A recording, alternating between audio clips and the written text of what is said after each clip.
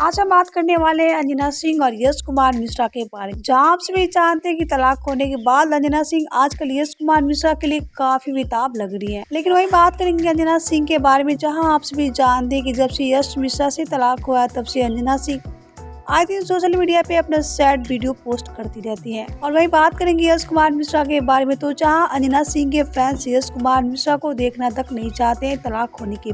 लेकिन हम बात करेंगे अंजना सिंह के बारे में, तो जहां आप सभी जानते हैं कि जब से यश और अंजना सिंह का तलाक हुआ है तब से अंजना सिंह अपनी लाइफ में काफी अकेली हो गई है यश कुमार मिश्रा के बिना।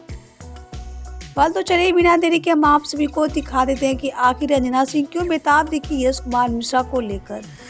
हेलो लखनऊ, फाइनली मैं आ चुकी हूँ लखनऊ में, यानी कि नवाबों के शहर में आप लोगों से मिलने, और लेकर आई हूँ आप लोगों के लिए कलर्स गोल्डन पेटल क्लब।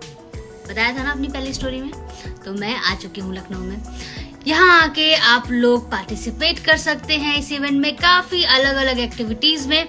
और साथ ही में मज़ेदार बात यह है कि जो लोग इस इवेंट में आएंगे और जो लोग इस क्लब को ज्वाइन करेंगे उन लोगों को मिलेगा कलर्स के किसी भी शो के सेट पे जाकर के अपने पसंदीदा कलाकारों के साथ मिलने का मौका।